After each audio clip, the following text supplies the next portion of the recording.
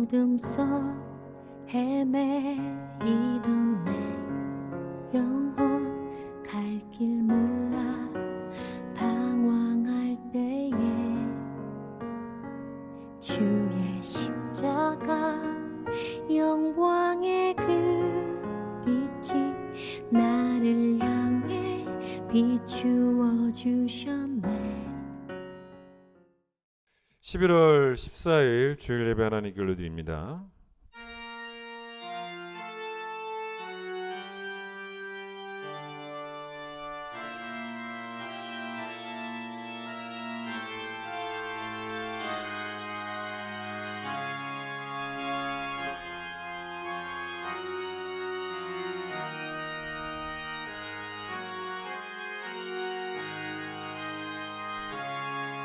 온 땅이여 여호와께 즐거운 찬송을 부를지어다. 기쁨으로 여호와를 섬기며 노래하면서 그의 앞에 나아갈지어다.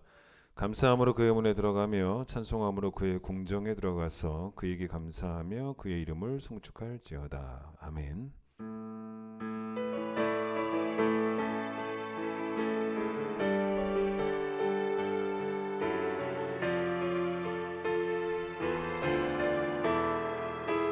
모든 영광과 존귀와 능력 받으소서 받으소서. 영광과 존귀와 능력 받으소서 받으소서. 그리스도 살아계신 하나님. 우리의 죄악을 고백합니다.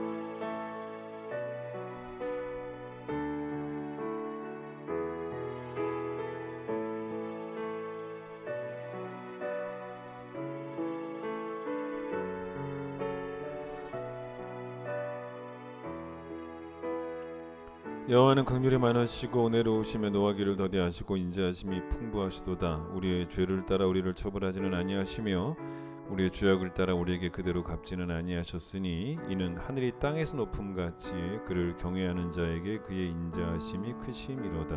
아멘. 신앙 고백합니다. 나는 전능하신 아버지 하나님 천지의 창조주를 믿습니다. 나는 그의 유일하신 아들 우리 주 예수 그리스도를 믿습니다.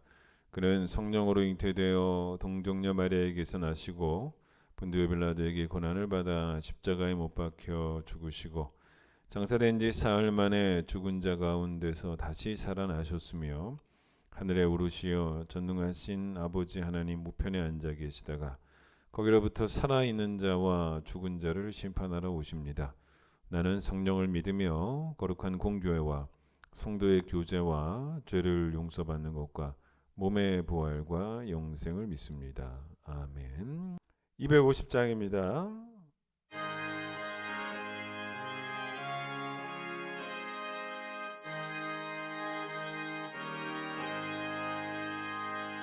그 주의 십자가 보혈로 죄 씻음 받기를 원하네.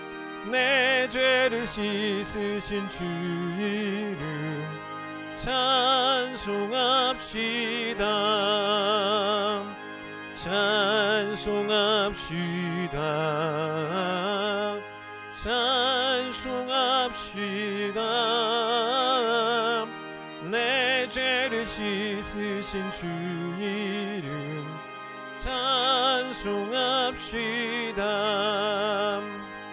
죄악을 속하여 주신 주 내 속에 들어와 계시네. 십자가 앞에서 주 이름 찬송합시다. 찬송합시다. 찬송합시다. 내 죄를 씻으신 주 이름 찬송합시다. 주 앞에 흐르는 생명수 날 씻어 정하게 하시네. 내 기쁨 정성을 다하여 찬송합시다. 찬송합시다. 찬송합시다. 내 죄를 씻으신 주 이름 찬송합시다. 내 주께 회개한 영혼은 생명수 가운데 젖었네. 흠없고 순전한 주 이름 찬송합시다.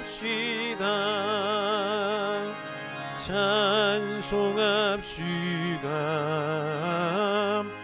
찬송합시다. 내 죄를 씻으신 주 이름 찬송합시다. 이사야 1장을 보도록 하겠습니다. 구약성경 969페이지 이사야 1장 18절 한 절만 제가 읽도록 하겠습니다. 이사야 1장 18절. 여호와께서 말씀하시되 오라 우리가 서로 변론하자. 너희의 죄가 주온 같을지라도 눈과 같이 희어질 것이요 진홍같이 붉을지라도 양털같이 희게 되리라. 아멘. 오늘은 박동욱 집사님 기도십니다. 기도하시겠습니다. 할렐루야. 우리의 모든 것을 주관하시고 살피시는 전능하신 우리 주 여호와 하나님, 이 시간 주님의 놀라운 권능을 찬양하며 헤아릴 수 없이 깊은 은혜에 감사를 드립니다. 인간이 극복할 수 없는 코로나의 재앙 속에 있던 우리 대한민국을 위드 코로나 상으로 인도하여 주셔서 답답한 사회적 거리에 갇혀있던 국민들이 다시 자유함을 누리게 하시고 절망에 빠져있던 지역의 소상공인들에게 희망의 빛을 볼 수 있게 하신 구원과 능력의 주님을 찬양합니다. 오직 주만이 우리의 산성이요 구원이심을 고백하며 우리의 이웃들을 사랑하시고 보살피시는 주님의 은혜에 감사를 드립니다. 붉은 단풍으로 둘러싸인 아름다운 주님의 교회에 다시 많은 성도들이 모일 수 있게 하시고 거룩한 주일 예배를 주님께 영광으로 드릴 수 있게 하심에 감사드리며 내가 지금 이 자리에 서 있는 것이 오로지 주의 은혜임을 선포하며 모든 영광과 찬양을 오직 주님께 올려드립니다. 코로나 극복의 소망을 품고 시작한 2021년이 어느덧 저물어 가고 있습니다. 되돌아보면 코로나의 두려움과 염려를 이기지 못하고 아침과 저녁으로 코로나에 대한 염려와 삶에 대한 걱정으로 하루하루 살아왔던 것 같습니다. 성도로서 말씀 묵상과 기도로 하루를 살아야 할 것인데 매일매일 세상 걱정과 불신으로 세월을 보냈습니다. 주님, 우리의 연약함과 악함으로 지은 죄들을 상한 심령으로 고백합니다. 우리의 무거운 죄들을 용서하여 주시고 우리가 당하는 어려움들이 세상이 주는 것이 아니고 우리 주 하나님 아버지께서 우리를 위해 주시는 고난으로 그 아는 지혜와 그 믿음 허락하여 주시옵소서. 무너졌던 우리의 영을 다시 새롭게 하고 우리의 행동이 우리의 믿음을 증거하는 축복을 허락하여 주시옵소서. 지금의 고난이 우리 어깨 위에 멍에가 되지 않고 우리 성도들의 영이 회복되는 영적 마중물이 되는 큰 축복을 우리에게 내리어 주시옵소서. 지난 1년을 되돌아보며 감사를 잊지 않은 성도들 되게 하시옵소서. 생각해보면 어느 하루 어느 일이든 그저 이루어진 일이 없고 모든 곳에 주님의 손길이 미치지 않았던 곳이 없었고 주님의 은혜가 우리를 숨쉬게 하고 있었음을 고백합니다. 내가 울고 있었을 때 나의 손을 잡아주셨던 이도 주님이셨고, 내가 넘기 힘든 언덕을 넘을 때 나의 등 뒤에서 나를 조용히 밀어주셨던 이도 주님이셨음을 고백합니다. 감사함으로 우리의 삶에서 주님의 손길을 알게 하시고 말씀대로 믿음에 굳게 서서 감사함이 넘치는 우리 성도들 되게 하시옵소서. 이제 세례 입교를 준비 중인 성도님들과 학생들을 위해 기도합니다. 작년에는 코로나 때문에 세례를 받지 못해 안타까움이 너무 컸지만 올해는 주님의 은혜로 세례식을 진행하게 되었습니다. 세례식을 진행할 수 있도록 인도하여 주신 주님께 감사드리며 세례 교육과 세례식 당일까지 한 명의 낙오도 없고 감동이 넘치는 세례식이 되어 평생에 잊지 못하는 날이 되는 큰 은혜를 모든 세례받는 이들에게 내려주시옵소서. 믿는 자들이 예수 그리스도께서 우리의 마음을 식히신 표적으로서 세례를 받으며 이것이 주 예수 그리스도의 명령임을 깨닫게 하시고 세례를 받는 자나 보며 축하하는 자나 경건하고 경외의 마음으로 임하게 하시옵소서. 세례 교육과 세례식의 모든 과정 속에서 믿음을 다시 돌아보고 회개와 감사와 은혜가 넘치는 시간이 되게 하시고 이후에는 더욱 온전한 교회 생활을 하고 순교자의 삶을 살 수 있도록 모든 과정 중에 인도하시고 복을 내려 주시옵소서. 이제 대학 수학능력 시험이 4일 앞으로 다가왔습니다. 그 짧지 않는 날들 동안 하루하루 세어가며 마음 졸이며 공부했던 수험생들, 이제 며칠 남지 않아 그 마음이 얼마나 외롭고 힘들겠습니까? 모든 걸 아시는 주님께서 우리 수험생들의 마음을 살펴주시며 그 마음에 평안함을 주시고 옆에서 함께하는 부모님들, 가족들 그 마음에도 평안함을 허락하여 주시옵소서. 고난 중에 기도하는 믿음을 모두에게 내려주시고 남은 며칠 말씀과 기도와 찬양으로 주님과 함께하는 시간이 되게 하시옵소서. 세상 사람이 원하는 결과를 원하지 않고 하나님의 계획을 구하는 수험생들과 가족들 되도록 주님께서 인도하여 주시옵소서. 오늘 예배가 주님이 임재하시고 오직 주님께만 영광 돌리는 예배가 되기를 기도합니다. 말씀 전하는 목사님 모든 삶 속에서 축복하여 주셔서 항상 하나님을 경외하고 육신이 강건하고 그의 영혼이 인택하게 하시옵소서. 설교할 때에는 성령님을 온전히 의지하여 은혜의 말씀 전파하도록 인도하여 주시옵소서.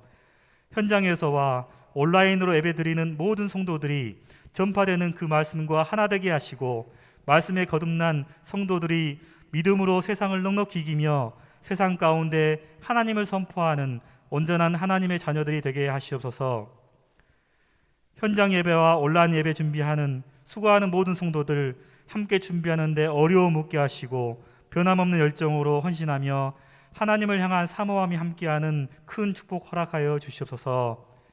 오늘 예배의 모든 것을 주님께 맡깁니다. 이 모든 기도 우리를 사랑하시는 주 예수 그리스도의 이름으로 기도드립니다. 아멘.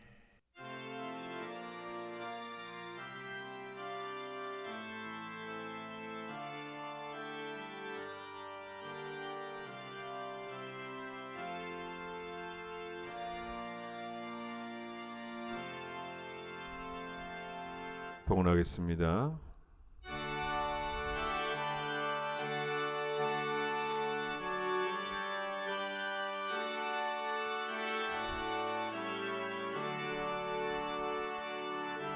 내게 있는 모든 것을 아낌없이 드리네. 사랑하고 의지하며 주만 따라 살리라.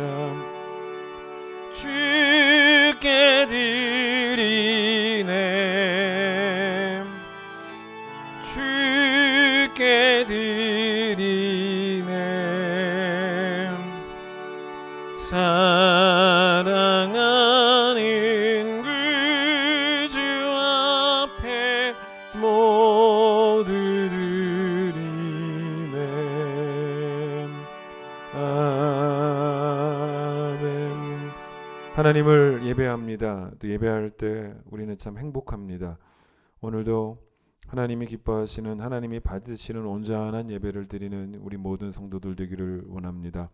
각 가정에 드리는 예배 가운데도 신령과 진정함을 담을 수 있도록 주님 도와주시고, 우리에게 말씀으로 찾아오시는 하나님의 세밀한 그 음성의 귀를 기울이게 하여 주시고, 무너진 우리의 삶이 다시 세워지고, 또 어두운 우리 삶이 다시 한번 밝아지게 되어지며, 또한 하나님과 멀어졌던 것들이 다시 한번 가까워지고 우리 모두가 하나님께로 돌아가기를 말씀을 통해 새롭게 결단하는 귀한 시간이 될 수 있도록 주님 축복하여 주시옵소서. 그리스도의 피값으로 우리를 사셔서 하나님의 것 되었사오니 세월을 아끼며 우리의 삶을 죄에게 주어서 불의의 무기로 낭비하는 것이 아니라 하나님께 드려서 의의 무기로 복되게 사용되어지고 쓰임받는 우리 모두가 되기를 원합니다. 온라인으로 귀한 예물 드립니다. 하나님 받아 주시옵소서. 10일 구분한 믿음 기뻐하여 주시고, 감사와 선교와 구제 헌금들 주께서 받아 주시기를 원합니다. 하나님께 늘 우리가 은혜를 입은 자로서 그 은혜에 감사하며 감격하며 보답할 길 없습니다. 그러나 헌금을 준비할 때 우리가 마음을 다하고 정성을 다하여 정말 잘 준비된 헌금을 주님께 드리는 그 마음으로 주님 앞에 나아가는 우리 모든 성도들 되기를 축복합니다. 예수님 이름으로 기도드립니다. 아멘. 교회 소식을 전하겠습니다. 이제 다음 주가 추수감사주일입니다. 이제 맥주감사주일은 우리가 항상 반년 감사하고, 또 추수감사주일은 1년을 감사하는 주일이라고 늘 말씀을 드렸죠. 특별히 지난 2년 동안 우리가 코로나로 참 이제 고생을 많이 했는데 고난이 많았죠. 지난주에 저희 교회 성도 가운데 이제 한 분이 미국으로 이제 이민을 가게 되었습니다. 그래서 제 방에 와서 인사를 하고 또 제가 위해서 기도를 하는 가운데 어떤 마음으로 기도했냐면 그렇게 기도했어요. 하나님, 물론 하나님 축복하셔서 늘 뭐 꽃길을 걷고 형통한 길을 걷고 좋은 길을 걷는 것도 물론 중요하지만 그보다 더 중요한 게 이제 뭐겠냐는 거죠. 모든 상황 속에서 하나님이 함께 하시는 것, 꼭 그렇게 해달라고 제가 기도를 했거든요. 여러분, 지난 2년 고난 가운데 하나님 함께 하셨습니다. 그리고 그 은혜 감사하면서 다음 주에 온라인으로 여러분 꼭 추수감사주일 헌금 하나님께 드리면서 여러분의 감사를 표현하시기를 바랍니다. 다음 주에 세례식이 11시 예배, 입교 세례식이 있습니다. 그래서 이번 주 토요일 오후 5시에 세례자 입교자 문답이 있습니다. 교회로 오시면 되고요. 그 다음에 아무래도 우리가 좀 이번에는 올해는 빨리 하는데 추수감사절에 세례식을 하는 것도 또 좋은 것 같아요. 또 영혼을 추수한다는 의미도 있지 않습니까? 그래서 더 의미 있을 것 같기도 하고요. 그래서 여러분 또 세례식을 위하여 또 기도해 주시기를 바랍니다. 교회 2022년 예배당 꽃꽂이 신청을 받습니다. 교회로 나오지 못하시는 분들은 저에게 문자로 또 신청해 주시면 감사하겠습니다. 그래서 내년 꽃꽂이 여러분의 또 여러 가지 감사의 이유들로 성전 꽃꽂이에 또 함께 참여해 주시면 좋겠습니다. 예, 특선이 있습니다.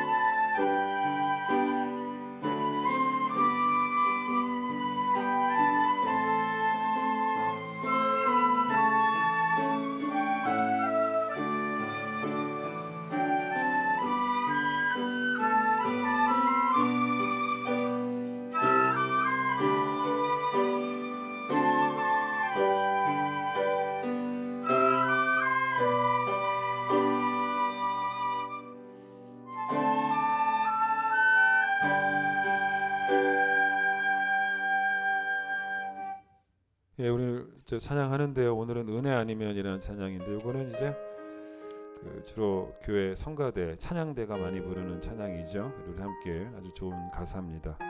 가사가 너무 좋아요. 우리 함께 불러보도록 하겠습니다. 어둠 속에 매이던 내 영혼 갈 길 몰라 방황할 때에 주의 십자가 영광의 그 빛이 나를 향해 비추어 주셨네. 주홍빛보다 더 붉은 내 죄 그리스도의 피로 씻기어 완전한 사랑 주님의 은혜로 새 생명 주께 얻었네. 은혜 아니면 나서지 못하네. 십자가의 그 사랑 능력 아니면 나서지 못하네. 은혜 아니면 나서지 못하네. 놀라운 사랑 은혜 아니면 나서지 못하네. 나의 노력과 의지가 아니고 주의 뜻 안에서 나의 노력과 의지가 아닌 오직 주님의 그 뜻 안에서 의로운 자라 내게 말씀하셨네. 완전하신 그 은혜로 은혜 아니면 나서지 못하네. 십자가의 그 사랑 능력 아니면 나서지 못하네. 은혜 아니면 나서지 못하네. 놀라운 사랑 은혜 아니면 나서지 못하네. 제가 최근에 몇 주 동안 이 복음에 관한 설교를 제가 주일에 많이 했죠. 이제 그 이유 중에 하나는 우리가 추수감사절을 준비하면서 우리의 심령에 진정한 감사가 준비가 되어야 된다라는 생각을 했기 때문입니다.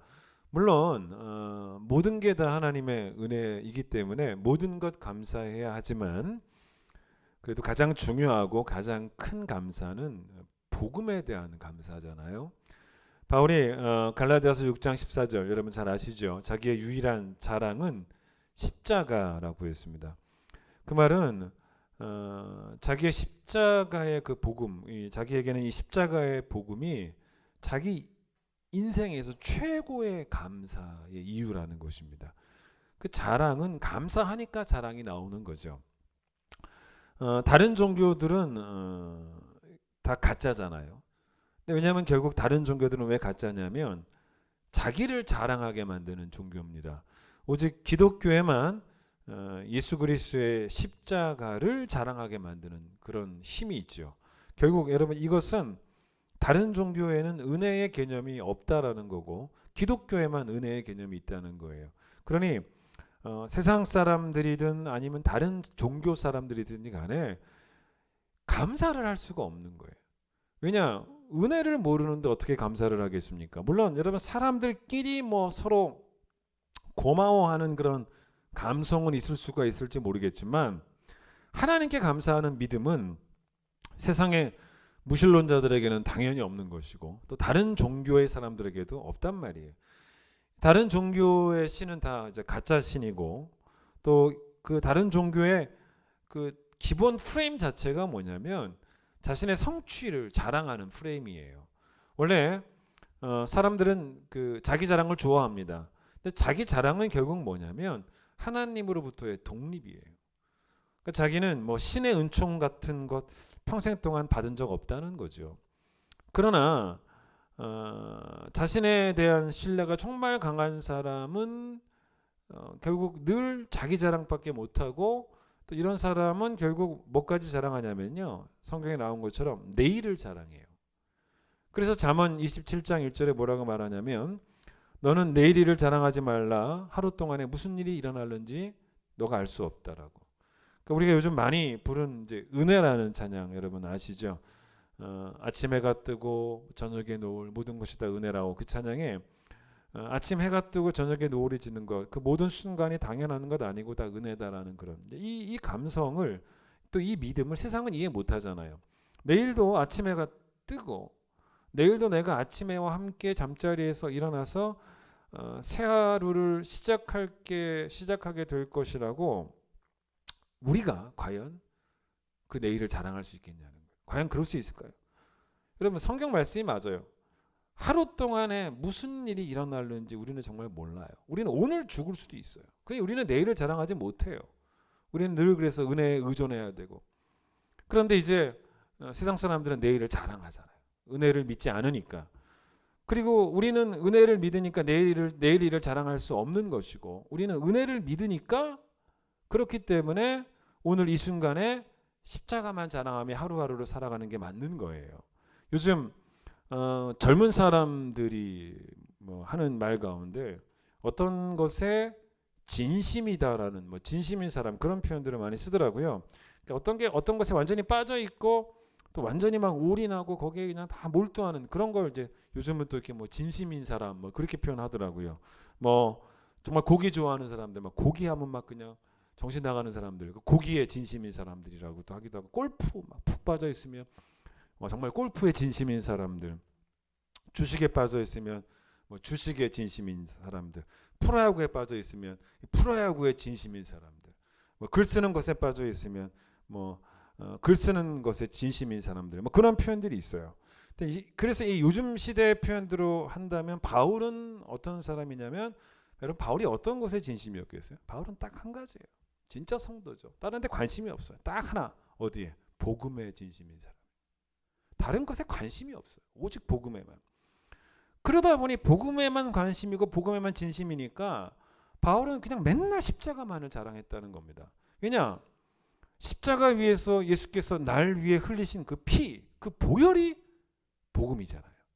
며칠 전에 제가 어떤 말씀 드렸냐면 이 복음은 놀이터에서 우리가 타는 시소 같다는 거죠. 왜냐하면 시소는 둘 다 이길 수가 없잖아요. 한쪽이 내려가야지만 다른 한쪽을 이기게 해주고 다른 한쪽을 올려주는 둘 다 윈윈하는 건 시소가 아니라 그랬습니다. 복음이 시소 같다라는 걸 정말 잘 표현한 성경을 제가 지난번에 말씀드렸던 이사야 53장 5절 아닙니까? 그가 찔림은 내려가셨잖아요. 그가 찔림은 우리의 허물 때문이고 그가 상함은 우리의 죄악 때문인데 그래서 그가 징계를 받음으로 즉 그가 내려가심으로 우리는 평화를 누리고 우리는 올라가고 그가 채찍에 맞음으로 그분이 내려가심으로 우리는 나음을 받았도다. 우리는 올라간다. 그런데 어디서 찔리셨냐는 거예요. 어디서 상하셨냐는 것입니다. 어디서 징계를 받으셨냐는 거예요. 어디서 채찍에 맞으셨냐는 것입니다. 십자가 위에서.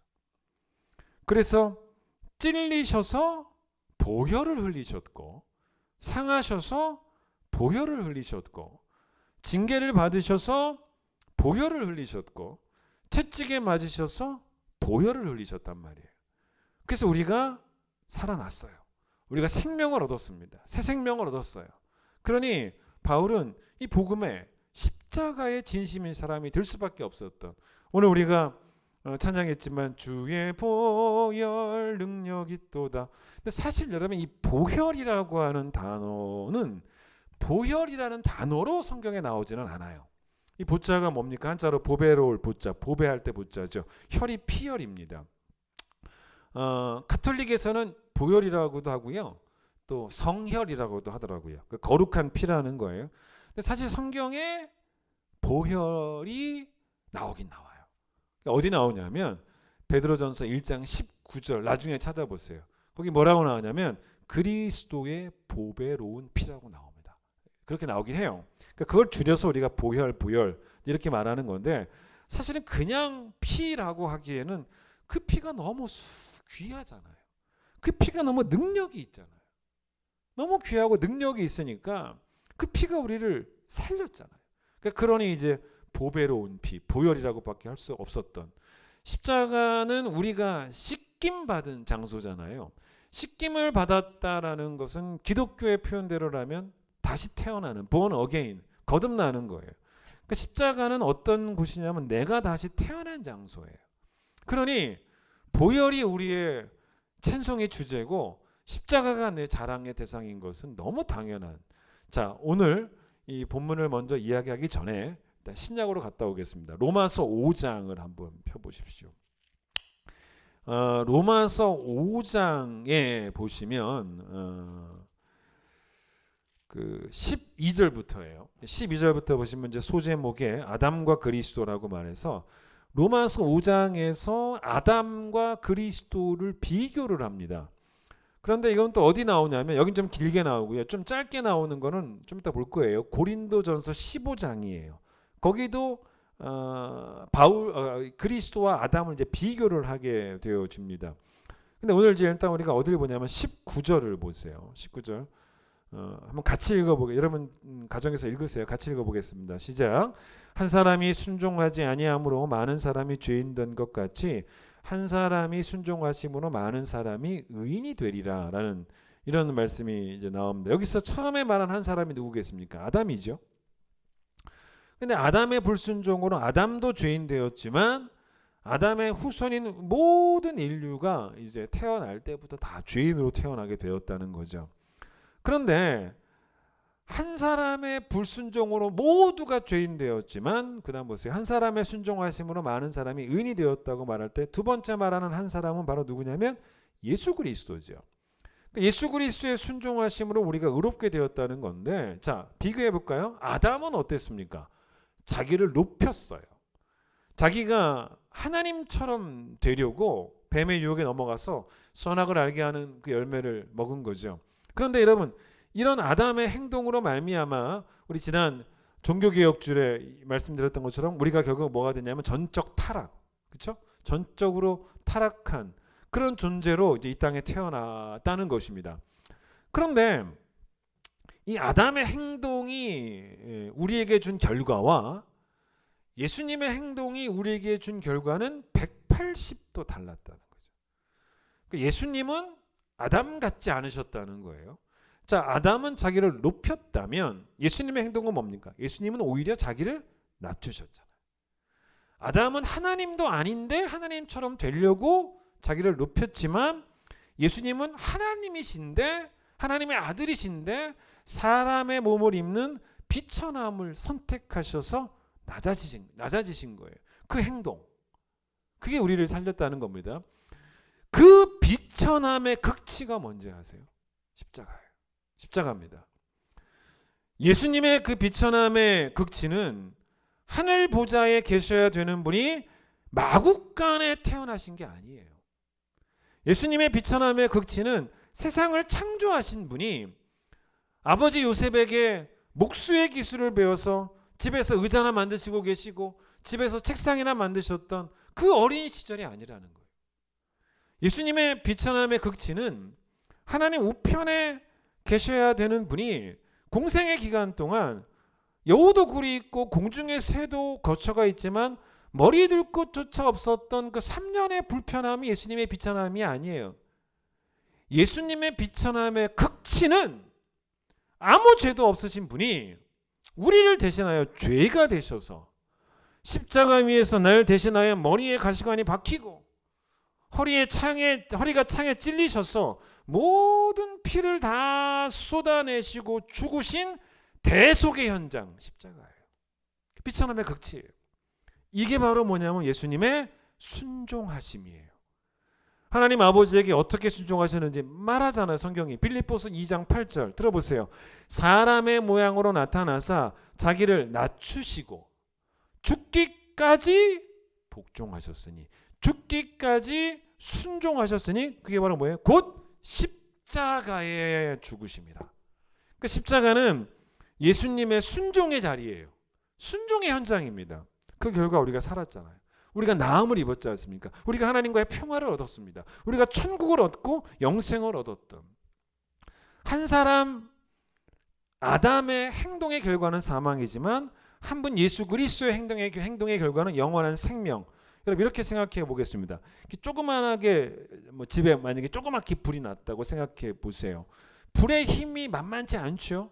그런데 그 불의 힘을 가만 놔두면 집이 다 통째로 다 타버려요. 그런데 내가 빨리 즉시 물을 가지고 와서 불 위에 물을 내가 확 뿌린다라고 생각해 보세요. 그러면 불은 충분히 끌 수 있지 않습니까? 처음 불이 조금 하기 시작했으면. 그런데 이게 어떻게 표현하면 좋겠냐면 불의 능력을 이기는 게 바로 뭡니까? 물의 능력인 거죠. 그런 상황에서는 물의 능력이죠. 즉 제 표현 들어보세요. 물의 능력이 불의 능력보다 더욱 제가 더욱을 강조합니다. 더욱 크면 되는 거예요. 맞잖아요.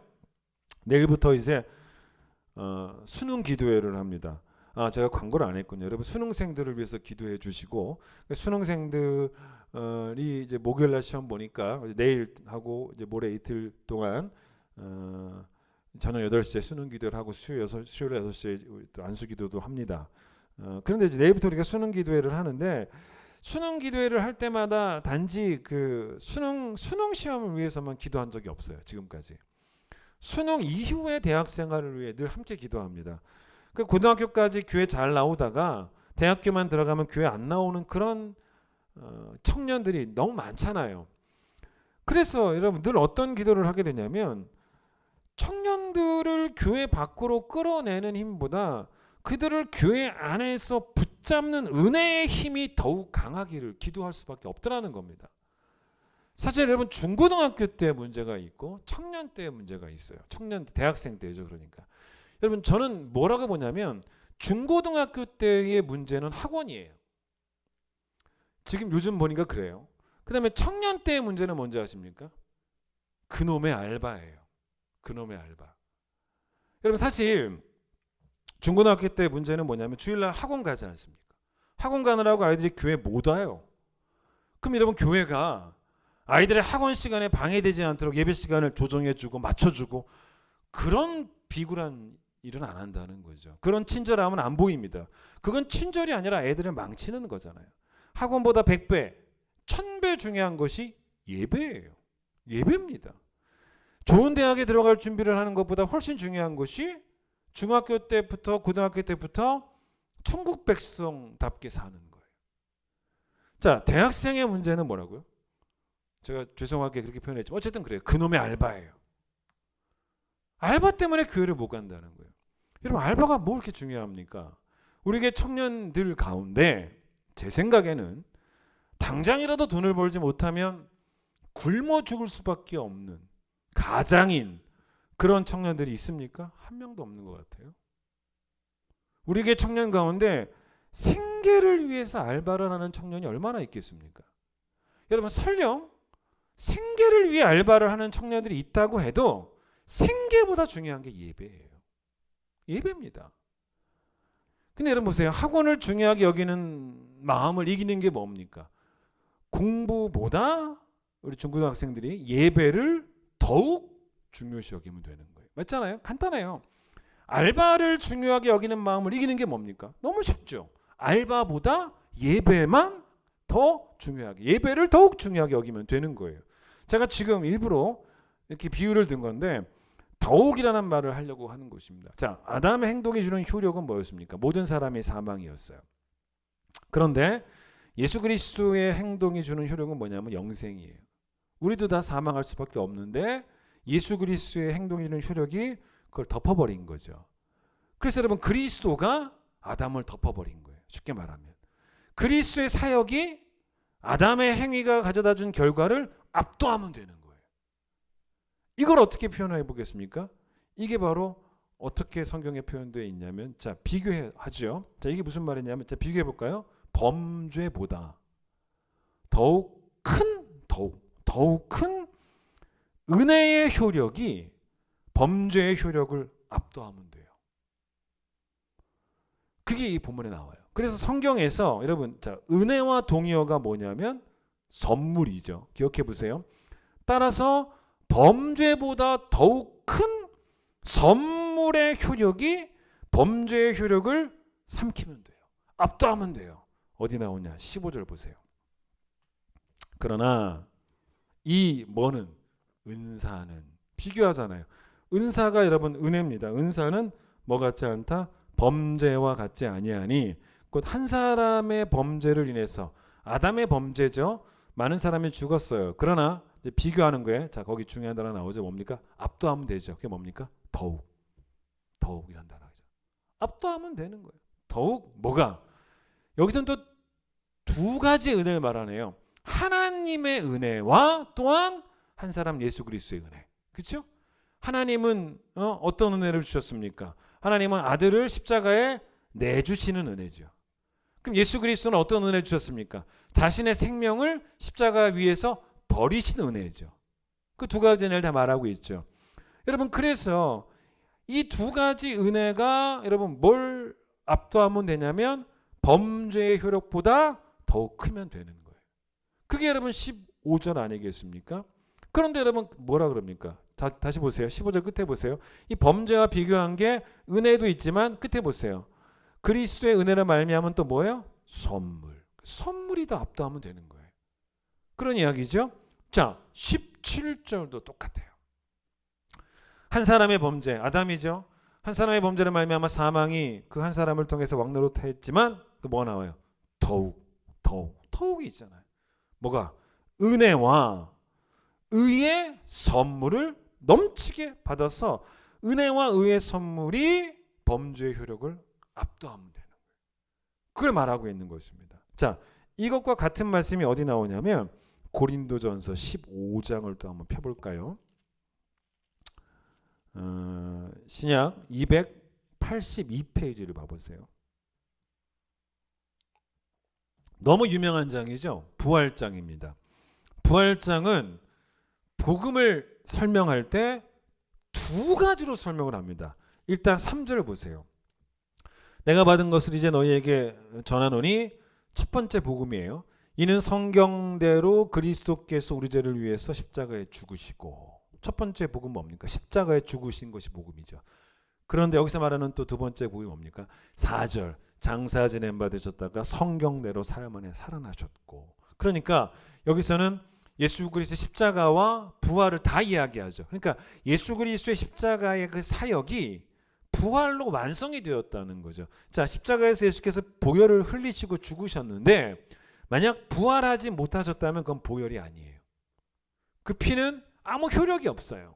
그런데 그렇게 되면 예수님은 하나님의 아들이 아닌 거예요. 그냥 가짜 메시아입니다. 이 당시 사람들이 말했던 것처럼 예수님은 뭐냐면 그냥 나사렛 이단이에요. 그러나 부활하심으로 하나님의 아들임을 증명하셨고 십자가의 사역을 완성을 하셨는데, 여기서도 이제 아담과 예수님을 비교하는 게 22절 보세요. 근데 22절인데 요거는 제가 20절부터 23절까지 함께 여러분과 읽기를 원합니다. 자, 여러분 또 가정에서 한번 저랑 한번 읽어보세요. 20절부터 23절 시작. 그러나 이제 그리스도께서 죽은 자 가운데서 다시 살아나사 잠자는 자들의 첫 열매가 되셨도다. 사망이 한 사람으로 말미암았으니 죽은 자의 부활도 한 사람으로 말미암는도다. 아담 안에서 모든 사람이 죽은 것 같이 그리스도 안에서 모든 사람이 삶을 얻으리라. 그러나 각각 자기 차례대로 되리니 먼저는 첫 열매인 그리스도요, 다음에는 그가 강림하실 때 그리스도에게 속한 자요. 여러분, 자 여기 잘 보시면 일단은 여기서 아담과 예수님을 이제 비교를 하고 있지 않습니까? 그 2절 21절 보세요. 사망이 한 사람으로 말미암아. 그렇죠? 누구예요? 아담이죠. 근데 죽은 자의 부활도 누구로 말미암아? 예수로 말미암아 가능해졌다는 것입니다. 22절 아담 안에서 모든 사람이 죽었지만 그리스도 안에서 모든 사람이 생명을 얻게 되었다라고 이렇게 이제 말하고 있습니다. 자, 예수님이 죽으신 이유도 또 부활하신 이유도 다 우리를 위함인 것 아니겠습니까? 그래서 여러분 20절 보세요. 그리스도께서 죽은 자 가운데서 다시 살아나셨다로 끝나지 않아요. 왜냐하면 죽었다가 다시 살아나신 것, 십자가와 또 부활은 빈무덤은 우리를 위함이 아니겠습니까? 우리를 위함이라는 게 거기 딱 나오잖아요. 그게 바로 뭐예요? 첫 열매라는 거예요. 이게 바로 우리를 위함이라는 것입니다. 성경은 반드시 그걸 첫 열매라고 표현해야 돼요. 왜냐? 그리스도의 부활은, 예수 그리스도의 부활은 우리를 위한다. 예수님의 부활로만 끝나는 게 아니라 예수님만 죽은 자들 가운데서 부활하신 게 기독교가 아니에요. 죽은 자들 가운데서 예수님이, 이렇게 표현할까요? 예수님이 첫 번째로 부활하신 거예요. 2000년 전에 첫 번째로 부활하신 겁니다. 그러니까 예수님의 부활 뒤에 뒤따라올 부활은 바로 성도들의 부활이라는 거죠. 그 첫 번째잖아요. 그래서 예수님의 부활은 우리의 부활을 가능케 하는 힘이고 원동력이고 원천이고 보증이고, 현재까지는 첫 열매만 우리가 이제 알게 된 거죠. 근데 다음 열매들은 아직 오지 않았습니다. 근데 다음 열매들이 뭡니까? 주님 재림하실 때 우리가 도저히 상상할 수도 없는 완전한 몸으로 부활해서 천국에 들어가게 되는. 그래서 여러분, 아담의 죽음은 뭐예요? 사망의 시작이에요. 그러나 반대로 그리스도의 부활은 생명의 시작이에요. 그렇게 되었다는 거예요. 그런데 여기서 주목해야 될 게 하나 뭐냐면 22절에 속지 말 게 하나 있어요. 거기 뭐라고 나오면 중간에 그리스도 안에서 누가 삶을 얻어요? 자, 22절 아담 안에서 모든 사람이 죽었죠. 그런데 그리스도 안에서 모든 사람이 생명을 얻었다는 것입니다. 여러분, 이게 그냥 보면 좀 이상할 수가 있습니다. 그런데 첫 번째 표현은 이상하지 않아요. 아담 안에서 모든 사람이 죽었다는 건 이상하지 않습니다. 왜냐하면 이 모든 사람은 누구를 말하냐면요, 아담 안에서 죽은 모든 사람은 누구를 말하냐면 전 인류예요. 그러니까 지금까지 태어나고 죽은 모든 인류, 또 심지어는 앞으로 태어날 모든 인류, 그게 바로 뭡니까? 여기서 말하는 모든 사람이에요. 여기에서는 누가 포함됩니까? 그토록 진짜 악랄했던 독일의 히틀러 포함돼요. 옛날에 우리 후세인도 기억하죠? 포함됩니다. 예? 북한의 김일성 일가들도 다 포함되는 거죠. 성경의 인물로 이야기하면 애굽의 바로도 포함되는 거고요. 신약의 헤롯도 다 포함되는 겁니다. 물론 여러분과 저도 포함돼요. 그 모든 사람이 다 죽었습니다. 그런데 그리스도 안에서 모든 사람이 영생을 얻는다는 그렇지 않아요. 맞잖아요? 여러분, 그러면 바울이 뭐지? 왜 바울이 틀리게 썼지? 성경이 틀렸나? 좀 이상하지 않습니까? 그래서 성경을 끝까지 봐야 돼요. 23절 보세요. 자, 그러나 각각 자기 차례대로 되는데 먼저는 첫 열매인 그리스도가 먼저 부활하셨죠. 부활하셨습니다. 근데 이제 그 다음 열매들은 언제 생겨요? 나오죠? 그가 강림하실 때 생긴다는 거죠. 예수님 재림하실 때에 그때 이제 그 다음 열매들이 생긴다는 것입니다. 그때 누가 부활한다는 거예요? 모든 인류가 아니에요. 누구만 영원한 생명을 얻게 되어지냐면 거기 나오죠. 정확하게 표현해줘. 우리 지난주에 설교 나온 것처럼 누구만? 그리스도에게 속한 자만이. 그죠? 그렇다면 여러분 22절에서 말하는 생명을 얻는 모든 사람은 23절과 같이 봐야 돼요. 당연히 어떻게 표현하면 됩니까? 그리스도께 속한 모든 사람은 한 명도 빠지지 않고가 되는 거예요. 그렇게 보는 거예요. 여러분, 그렇다면 여러분 보세요. 그리스도께 속한 모든 사람은 누굽니까? 예수 그리스도를 구세주로 믿는 모든 사람이죠. 아직은 아니지만 그날에 우리 모두가 반드시 그렇게 영광스럽게 변화될 거라는 거죠. 왜냐하면 하나님의 구원 계획에는 실패가 없지 않습니까? 자, 그런데 이 23절이요. 다시 보세요. 여기에는 그리스도께 속한 자라고 표현되어 있지만 우리가 지난주 찬양을 통해서 고백했던 멋진 표현이긴 하지만 이 표현이 또 옛날 성경에는 뭐라고 나오냐면 간혹가다 또 옛날 성경 표현이 더 마음에 와닿을 때가 있어요. 거기 뭐라고 나오냐면 그리스도에게 붙은 자라고 나오더라고요. 그리스도에게 붙은 자가 이제 그가 강림하실 때 변화되어진다는 거죠. 부활의 몸을 입게 된다는 겁니다. 참 이 표현도 대단하지 않습니까? 여러분 제가 한번 퀴즈 내볼까요? 뛰는 놈 위에 뭐가 있습니까? 나는 놈이 있죠. 근데 여러분 나는 놈을 능가하는 놈이 뭔지 아십니까? 그때는 놈이라고 하지 맙시다. 나는 자를 능가하는 자가 누군지 아십니까? 그리스도에게 붙은 자예요. 붙은 자가 능가하는 거예요. 자 보세요. 이게 웃긴 이야기가 아니고 사실은 성경적인 이야기입니다. 자 뛰는 놈 위에 나는 놈. 제가 나는 놈보다 더 높이 있는 것은 그리스도에게 붙은 자라 그랬지 않습니까? 사실 이것도 성경적인 표현이긴 해요. 왜냐하면 자 보세요. 뭐 뛰는 놈이든 나는 놈이든 간에 다 자기 힘으로 하려는 사람들이 아닙니까? 오늘 우리 찬양 가사가 나왔잖아요. 찬양 가사에서 우리의 노력이 아닌 뭐 우리의 의지가 아닌 뭐 그런 가사 나오지 않았습니까? 그거 맞아요. 그러니까 무슨 말이냐면 이 표현이 성경 어디 나오냐면 우리의 구원을 이야기하는 로마서 9장 16절에 나옵니다. 거기 뭐라고 나오냐면 그런즉 원하는 자로 말미암음도 아니고 다른 박자라는 자로 말미암음도 아니다. 이게 그 얘기예요. 아까 찬송 가사처럼 원하는 자, 뭐 우리 의지죠. 그러니까 원하는 자로 말미암음도 아니고 다른 박자라는 자로 말미암음도 아니고 오직 긍휼히 여기시는 하나님으로 말미암았다. 하나님의 긍휼을 입은 사람은 어떤 사람인지 아십니까? 그리스도에게 붙은 자가 되는 거예요. 그 얘기예요. 그게 그리스도에게 붙은 자입니다. 그리스도에게 속한 자. 무슨 말이냐면 우리가 열심히 달린다고 구원받는 게 아니라는 거예요. 내가 노력해서 내 스스로 능력으로 드디어 천국문에 딱 이르게 되는 게 아니에요. 그리스도께서 나를 천국문 앞까지 안고 가시는 거라는 거예요. 여러분 나중에 한번 신명기 33장을 좀 읽어보시면 제가 지금 여러분에게 12절을 읽어드릴 텐데 모세가 죽기 전에 이스라엘 자손들, 이스라엘 지파들을 축복하는 내용들이 나오는데 12절에 베냐민에 대한 축복이 나옵니다. 근데 이걸 여러분 읽어보실 때 베냐민에 대한 축복으로만 읽지 마세요. 나한테 적용시키세요. 하나님이 주실 내게 주실 복으로 읽는 게 참 좋습니다. 나를 향한 축복 기도문으로 읽는 게 좋아요. 제가 한번 읽어드릴게요. 12절 들어보세요. 베냐민에 대하여는 일렀으되 여호와의 사랑을 입은 자는 그 곁에 안전히 살리로다. 여호와께서 그의 날이 미치도록 보호하시고 그를 자기 어깨 사이에 있게 하시리로다. 여러분 보세요. 여호와께서 우리의 날이 다 끝날 때까지 우리를 은혜로 여기 뭐라고 나왔습니까? 보호하신다는 것입니다. 근데 이 모습을 지금 모세가 어떻게 묘사했냐면 베냐민을 하나님이 자기 어깨 사이에 있게 하신다는 거예요. 아 표현 멋지죠. 베냐민은 12지파 12형제 가운데 막내잖아요.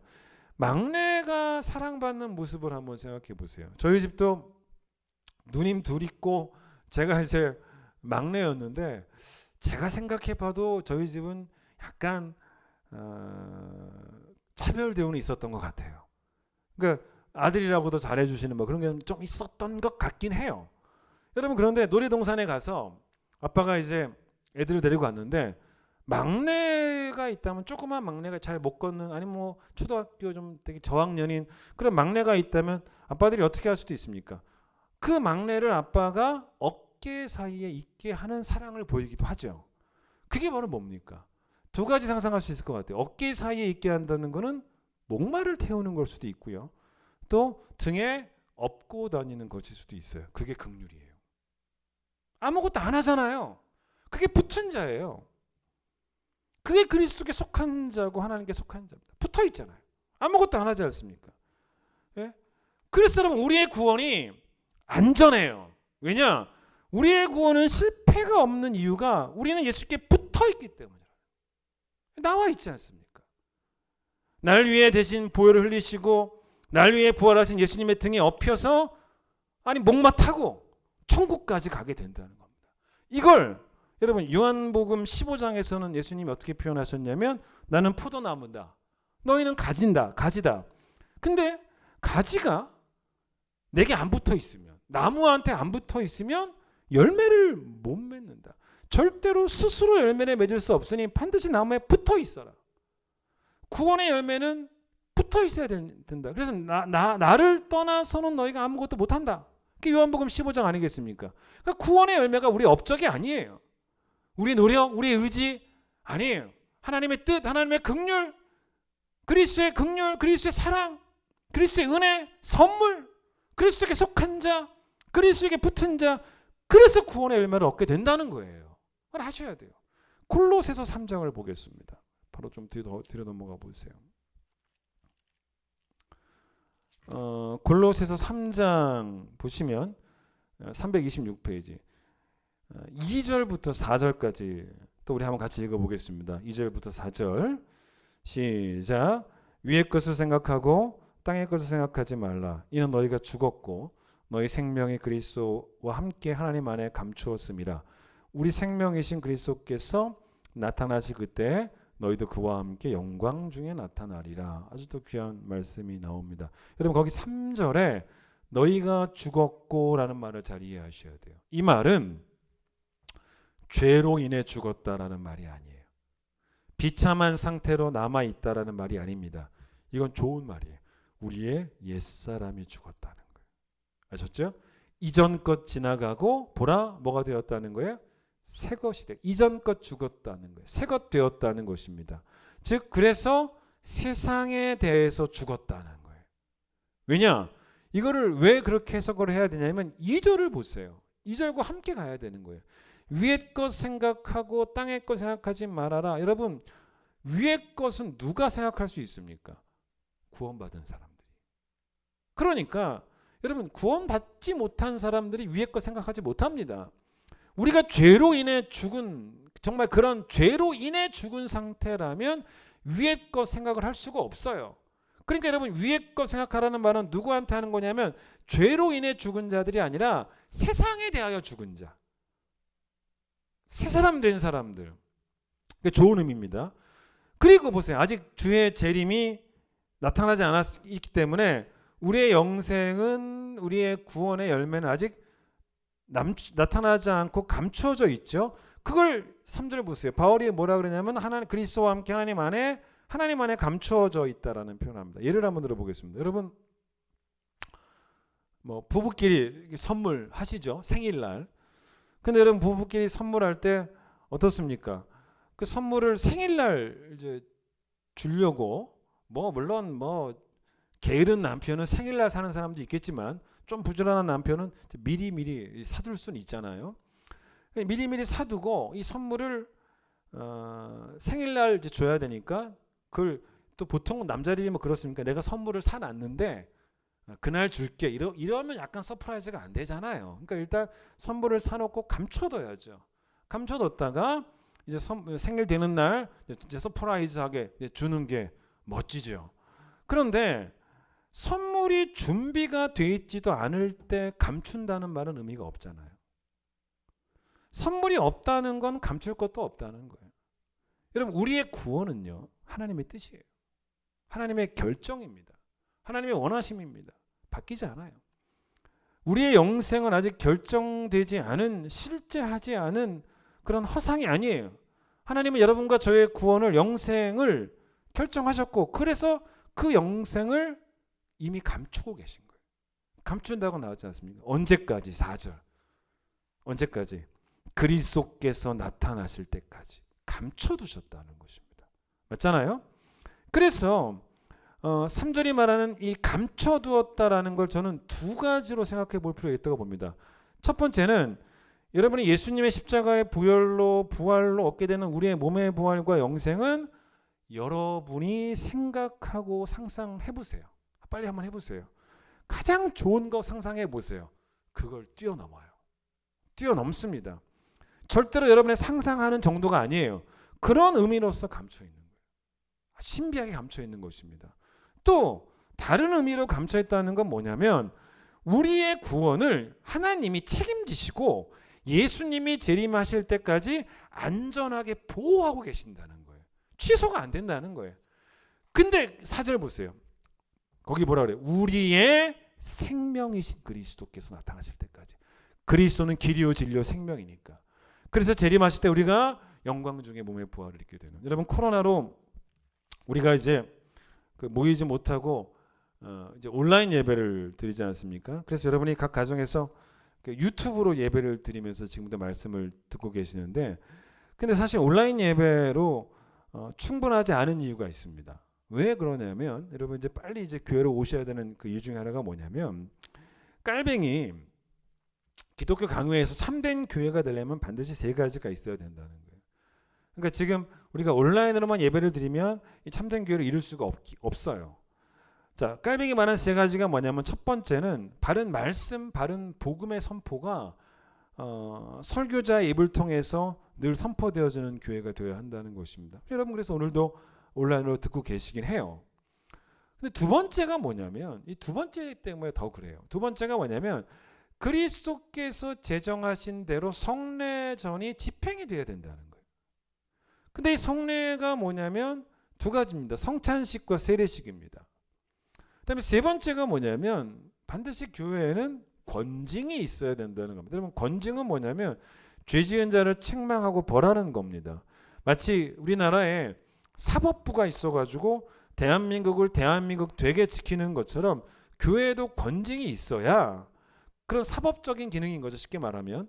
그래서 교회가 교회되게 지켜나갈 수 있다는 것입니다. 자, 그런데 성례전은 참 교회에서 귀한 거예요.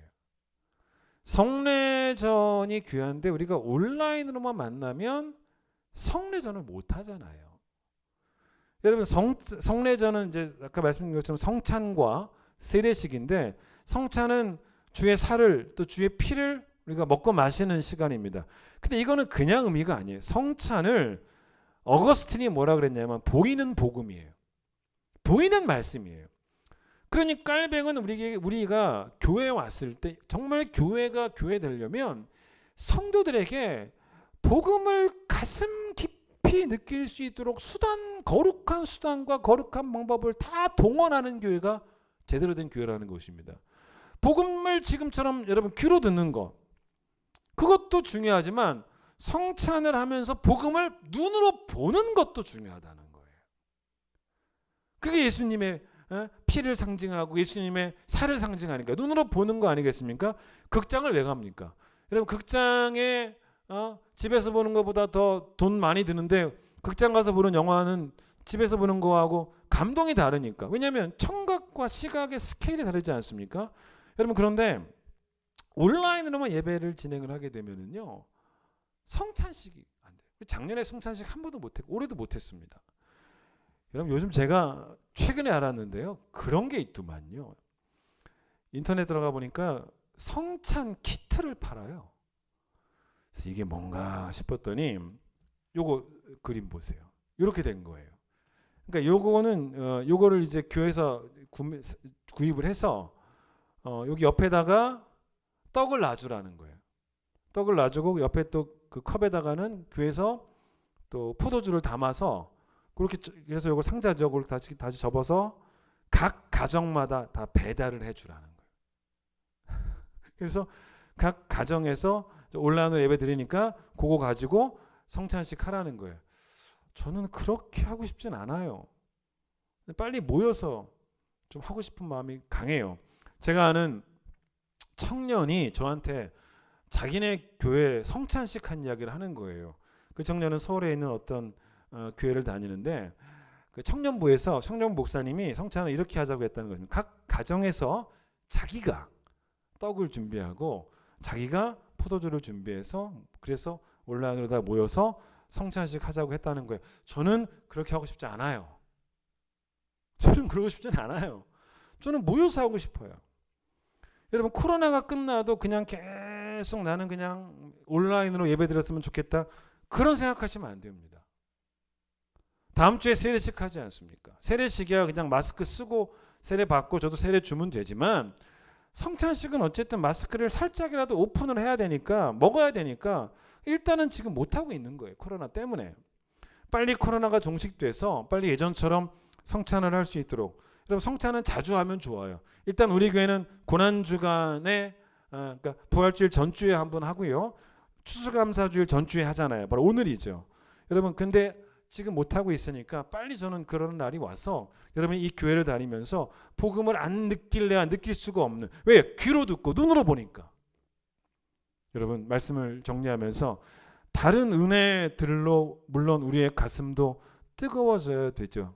그러나 여러분 추수감사절에 대한 준비, 감사의 준비는 기독교인이라면 반드시 복음으로 먼저 뜨거워진 가슴을 준비하셔야 돼요. 그게 맞습니다. 오늘 본문 보세요. 이사야 1장. 이 이사야 1장에 여러분 잘 보시면 색조의 비교가 있지 않습니까? 거기 1장 18절 보십시오. 어떤 비교를 하냐면 주홍색과 진홍색이 같은 이제 묶음이죠.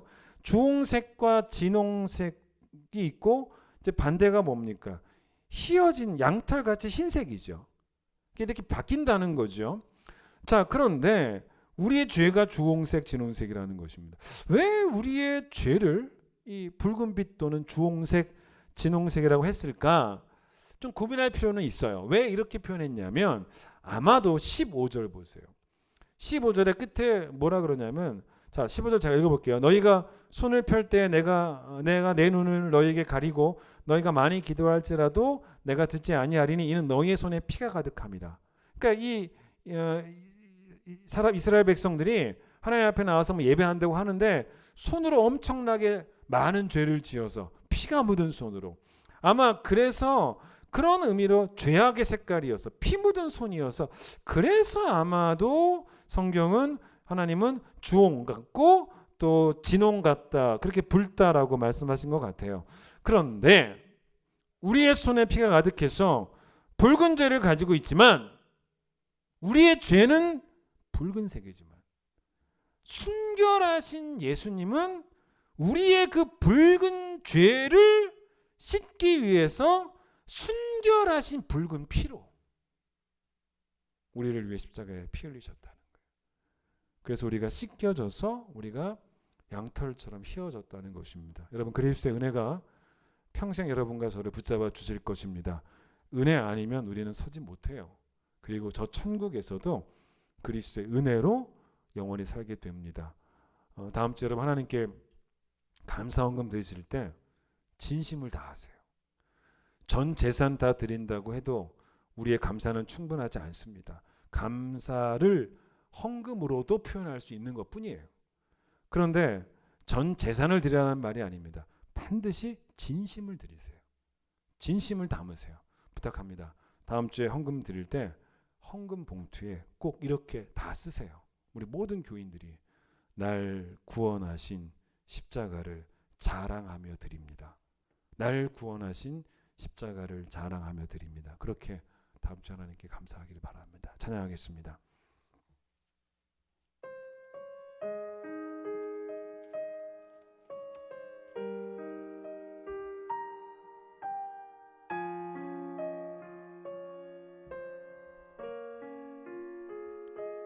어둠 속에 매이던 내 영혼 갈 길 몰라 방황할 때에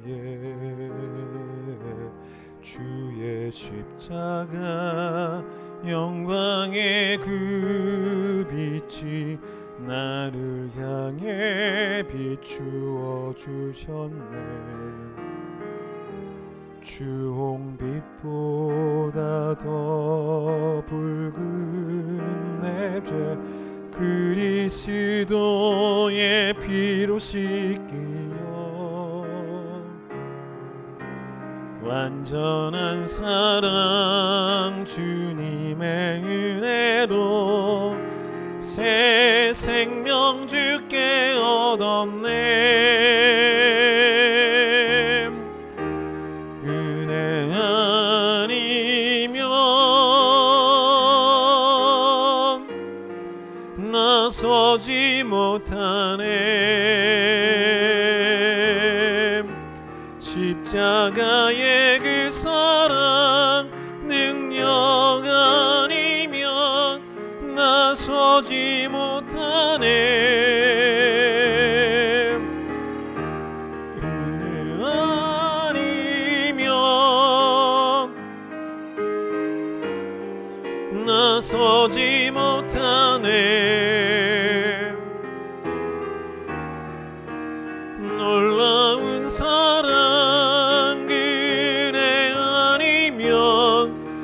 나서지 못하네.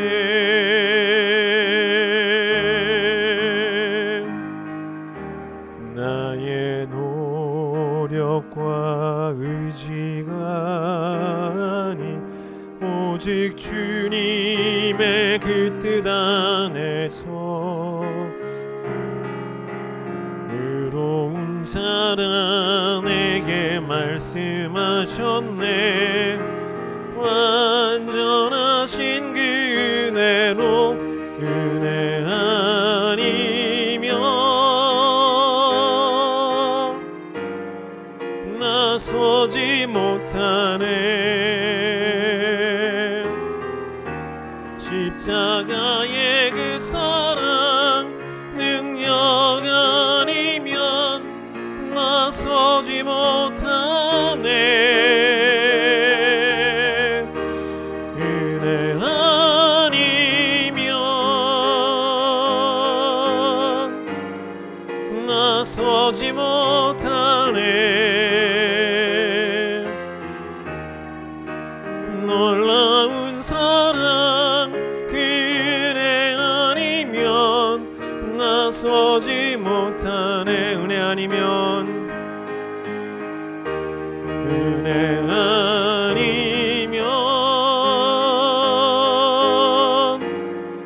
나서지 못하네.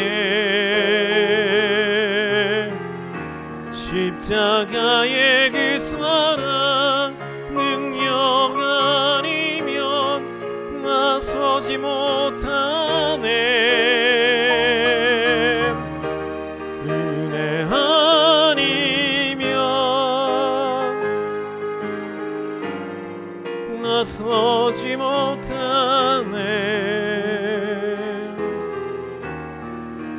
놀라운 사랑 그 은혜 아니면 나서지 못하네. 은혜 아니면 단 1분 1초도 서 있을 수 없음을 고백합니다. 은혜 아니면 저 천국에 들어갈 수 없음을.